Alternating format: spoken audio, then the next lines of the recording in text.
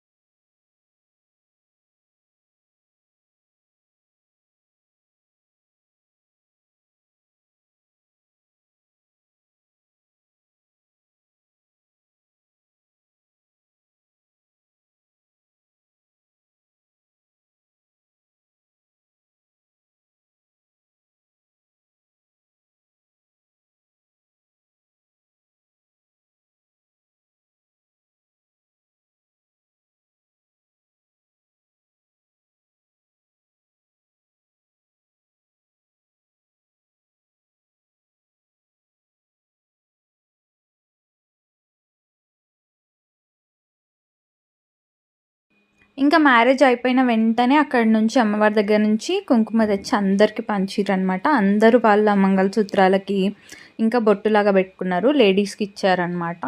So ఫైనల్గా మన శివుడు పార్వతి పెళ్ళి కొడుకు పెళ్ళి కూతురులాగా ఎంత బాగున్నారో కదా. ఈ ఇయర్ మాకు ఆయన కళ్యాణం చూసే ఛాన్స్ ఇచ్చిండు.